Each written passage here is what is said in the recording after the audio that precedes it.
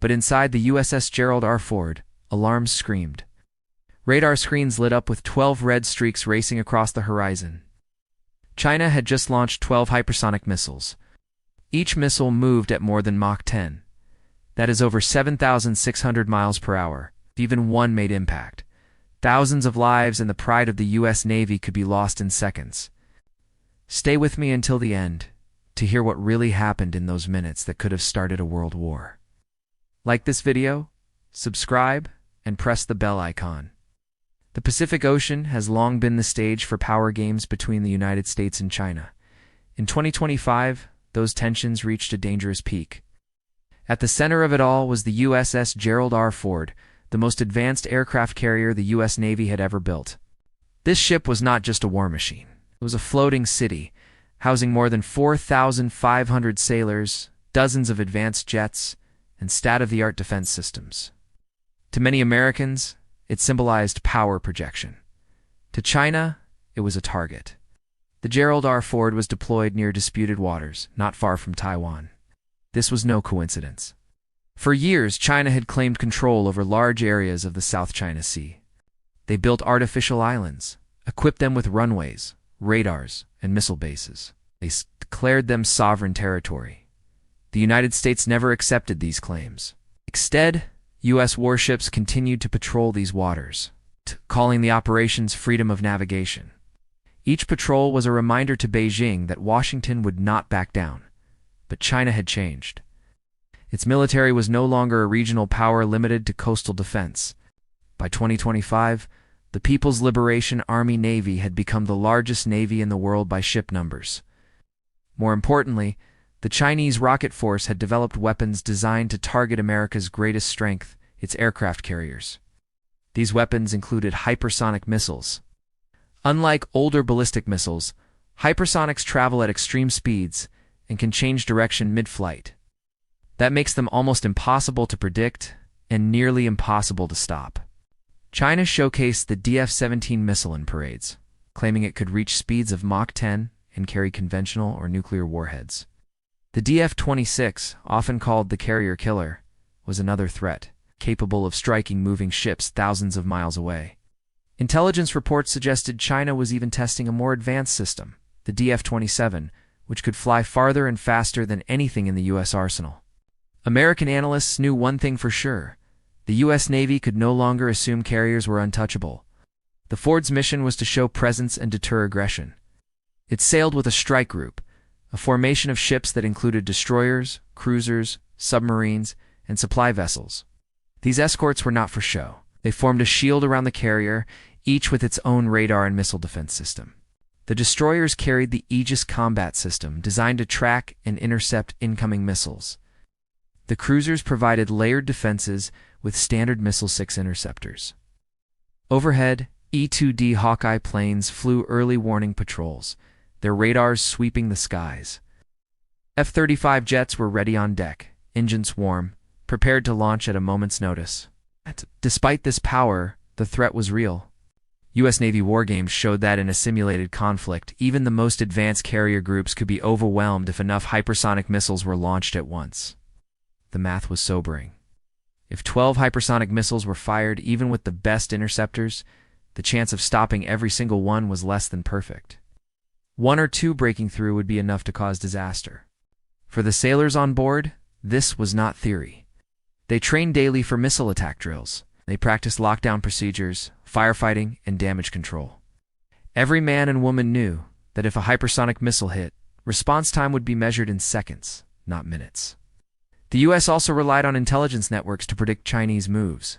Satellites monitored missile bases on the mainland. Submarines tracked Chinese warships. Listening stations picked up electronic signals. Still, hypersonic missiles reduced warning time to almost nothing. From launch to impact, the window could be less than 10 minutes. By late 2025, the political climate was growing more unstable. Taiwan had just completed its largest military exercise, one that simulated resisting an invasion. The U.S. pledged support. China responded with threats.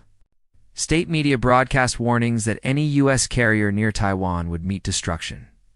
Behind the rhetoric, China positioned its rocket force units closer to the coast. Within striking distance of U.S. ships, for the crew of the Gerald R. The mission carried weight. Many had never seen combat. But they all understood that a single miscalculation could spark a war between superpowers. They also knew the enemy now had weapons designed specifically to kill their ship. Every radar ping, every unusual heat signature, every strange blip on the screen carried the possibility of being the start of an attack. It was against this backdrop of tension, technology, and fear that the night of the incident began. The forward sailors stood their watches. Engines hummed and jets slept silently on deck under the night sky. They did not know it yet, but thousands of miles away on the Chinese mainland, 12 missile launchers were being readied. The Pacific, vast and silent, was about to become the stage for a test unlike any in naval history. 2:41 a.m. The night was quiet over the Pacific. On the deck of the USS Gerald R. Sailors made their rounds. Deep inside the ship, radar operators stared at glowing screens. Then, suddenly, the silence broke. Bright signatures appeared on their displays. Not one, not two, but 12. Each was moving at hypersonic speed. The warning sirens came alive. Missile launch detected. Bearing east. The room froze for a fraction of a second. Then training took over. Thousands of miles away, on China's coastline, 12 hypersonic missiles had left their launchers almost at the same time. Each missile burned white-hot against the darkness of the upper atmosphere. Launched from multiple positions, they were aimed at one target, the Ford Carrier Strike Group. The Chinese rocket force called this a saturation strike. The idea was simple, but deadly. Overwhelm the defenses with so many missiles that at least one would break through. Heat signatures were first picked up by U.S. early warning satellites. Within seconds, the data was sent to the Ford's Combat Information Center. The message was short: 12 hypersonic launches detected. Impact in less than 10 minutes. In military time, that was the blink of an eye.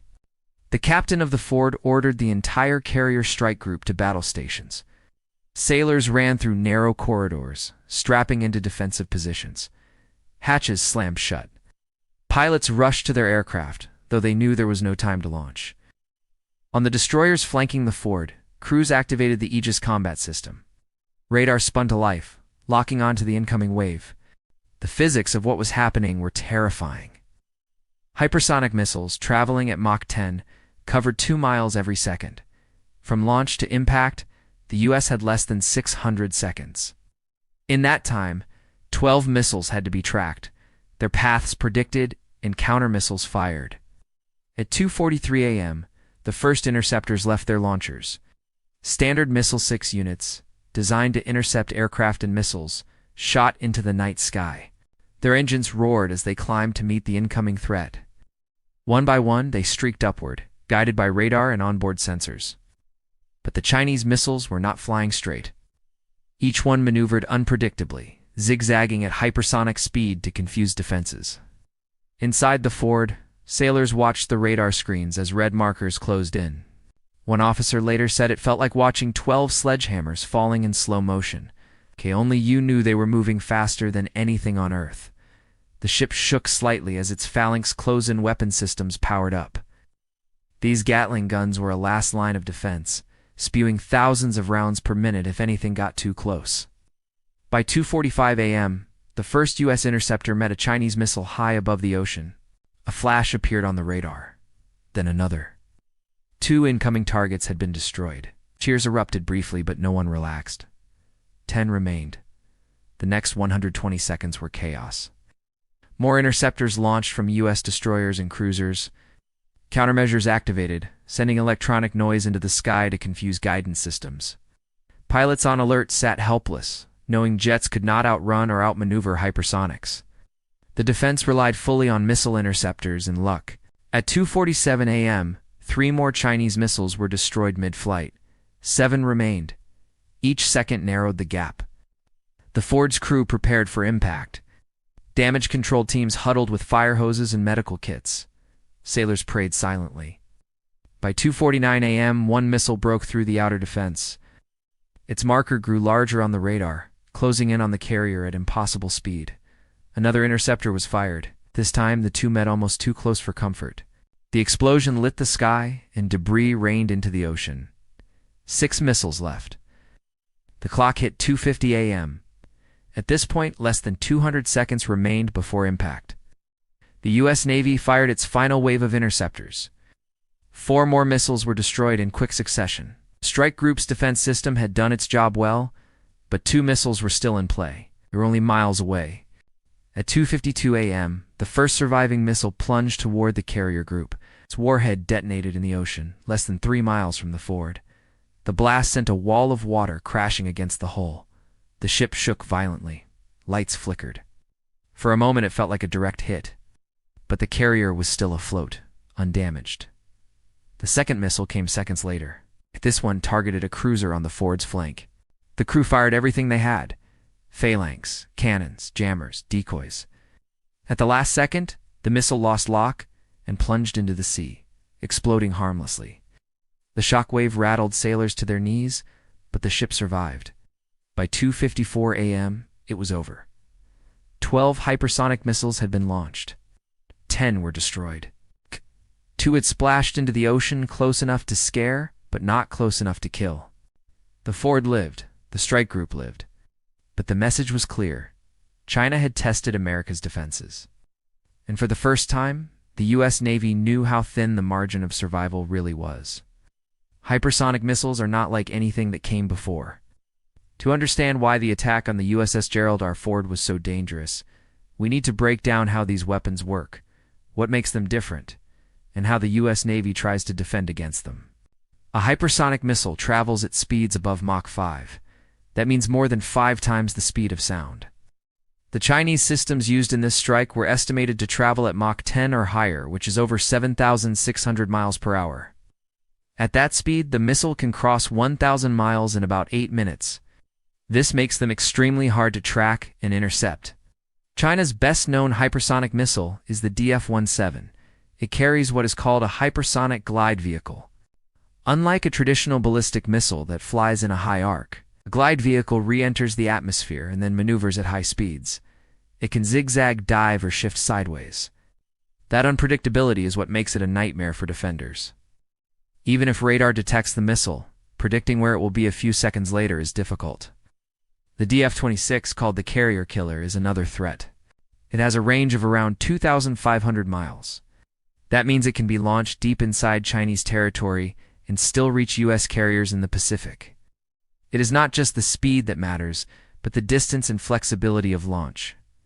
U.S. analysts believe the DF-26 can carry either a nuclear or conventional warhead, making it even harder to guess China's intent. There are also reports of a DF-27 system tested around 2023. This missile is believed to have a range of over 5,000 miles and may fly longer than half an hour while maintaining hypersonic speed. Such a system would give China the ability to threaten carriers even in the Central Pacific. So how do you stop them? The U.S. Navy has invested heavily in layered defense. First layer is detection. Satellites track heat signatures from launches. Airborne early warning planes, like the E-2D Hawkeye, extend radar coverage beyond the horizon. The second layer is interception. The Aegis combat system, fitted on destroyers and cruisers, uses radar to track incoming threats, then guides interceptors, like the Standard Missile-6 SM-6, to try to hit them mid-flight. The SM-6 is one of the most advanced missiles in the U.S. arsenal. It can engage aircraft, cruise missiles, and some ballistic missiles. But hypersonic glide vehicles are a tougher challenge. They maneuver so quickly that interceptors must adjust in fractions of a second. Even then, success rates are not perfect. In war games, a strike group, facing more than 10 hypersonic threats at once, often sees 1 or 2 leak through. That is exactly what happened in this incident. The next line of defense is close-in weapons. These are rapid-firing guns, like the Phalanx CIWS, which shoot thousands of rounds per minute. They are designed to shred incoming missiles just seconds before impact. But against a Mach 10 target, the reaction time is measured in heartbeats. The Phalanx can still help, but it is truly the last resort. Electronic warfare is another tool. Ships can try to jam a missile's sensors or feed it false signals. Decoys can be launched to mislead radar seekers. But hypersonic glide vehicles rely on speed and kinetic energy as much as guidance, which means even if they lose lock, they can still cause huge damage if they hit close enough. The Ford strike group used all of these layers during the attack. Satellites gave the first warning. Aegis-equipped destroyers launched salvos of SM-6 missiles. Electronic warfare units filled the skies with interference. Finally, close-in systems stood ready for the worst. Even with everything activated, 2 missiles got through the outer shield. That shows how difficult hypersonics are to stop. Statistics underline the challenge. At Mach 10, a missile covers about 2 miles every second. By the time a radar operator sees the threat, he has perhaps 5 to 7 minutes to respond. It includes confirming the track, passing the information to command, choosing which interceptors to launch, firing them, and tracking results.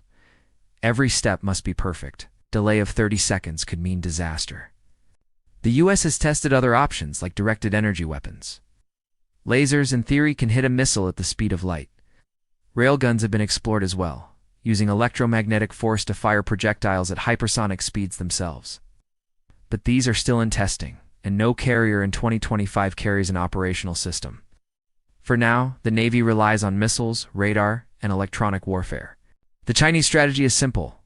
Launch enough hypersonics at once that the U.S. can't stop them all. It's called a saturation attack. Even if the U.S. shoots down 10, the 2 that slip through could cripple a carrier. A single warhead exploding near the flight deck could destroy planes, kill crew, and make the carrier unusable. The cost of failure is massive. That night, the Ford survived because layers of defense worked as intended and because luck was on their side. But the incident proved a point. Hypersonic weapons are not just headlines in military journals. They are real, they are deadly, and they are already changing the balance of naval power. By 2:54 a.m., the ocean was silent again, but the tension inside the USS Gerald R. Ford strike group was unbearable. 12 hypersonic missiles had been launched. 10 were intercepted in time. 2 had slipped through, detonating in the waters dangerously close to American ships. The Fordner escorts were still afloat, but the reality of what had just happened was undeniable. The world had come within seconds of a disaster. The first missile to survive the outer defenses exploded less than 3 miles from the Ford's hull. Though it missed the carrier, the shockwave tore across the ocean surface. Walls of water slammed into the ship, shaking its decks and rattling its steel. Sailors were thrown off balance. Loose gear toppled in compartments. Some communication systems went down for a few minutes, but the Ford remained operational. The ship's engineering design, its reinforced hull and watertight compartments prevented real damage. The second missile nearly hit an escort cruiser. Defensive cannons and jamming systems forced it off course at the last second. It plunged into the ocean and exploded in a blast powerful enough to throw men to the deck. The cruiser survived with minor damage, but it was a close call. If the missile had maintained lock for even 1 more second, the outcome could have been catastrophic. In the Combat Information Center, officers took stock. Out of 12 missiles, not 1 had made direct impact. But that fact gave little comfort. The Chinese strike had proven the danger of saturation attacks. American defenses had worked, but they had been stretched to the limit. If even 20 missiles had been launched instead of 12, survival would have been much less likely. Commanders reported back to the Pentagon. Secure lines carried the message across the Pacific. USS Gerald R. Ford under hypersonic attack. Carrier intact. No casualties. Defense effective but strained. It was the kind of report that sent chills through decision-makers in Washington. Meanwhile, Chinese state media declared victory. Broadcasters in Beijing announced that Chinese hypersonic forces successfully tested U.S. carrier defenses. Though no American ship was hit, the propaganda value was clear. China wanted to send a message. The era of U.S. carrier dominance in the Pacific was over. For the sailors on board, the incident left scars. Some described the minutes of waiting as the longest of their lives. The sound of alarms, the sight of red markers on screens, the impact of nearby explosions, these were memories they would never forget. The knowledge that thousands of lives depended on systems working perfectly under pressure was a heavy burden. By dawn, the Ford strike group regrouped. Damage control teams inspected the ships. Pilots returned to standby. Normal operations resumed, but no one felt at ease. The Pacific looked the same as before, but the balance of power had shifted in their minds. They had seen the future of naval warfare up close, and they knew that next time, the outcome might not be survival. The night attack on the USS Gerald R was more than just a test of missile defense. It was a warning. For decades, U.S. aircraft carriers symbolized dominance at sea. They carried power across oceans, enforced freedom of navigation, and deterred adversaries without firing a shot. But the strike proved that even the most advanced carrier in history is not invincible. Hypersonic weapons are rewriting the rules of naval warfare. They travel so fast and maneuver so unpredictably that even the best defenses cannot guarantee survival. Ford's strike group intercepted 10 of 12 incoming threats. By any measure, that was a success. But in war, success is not measured by percentages. One missile getting through can sink $1 billion ship and kill thousands. The margin for error is razor thin. For China, the message was clear. Hypersonic missiles are not only tools of war, they are tools of strategy. By showing that it can threaten U.S. carriers, Beijing aims to deter Washington from intervening in Taiwan or the South China Sea. For the United States, the challenge is just as clear. To maintain its influence in the Pacific, it must develop defenses that can meet this new generation of threats. Directed energy weapons, faster interceptors, and advanced detection systems are no longer future concepts. They are urgent needs,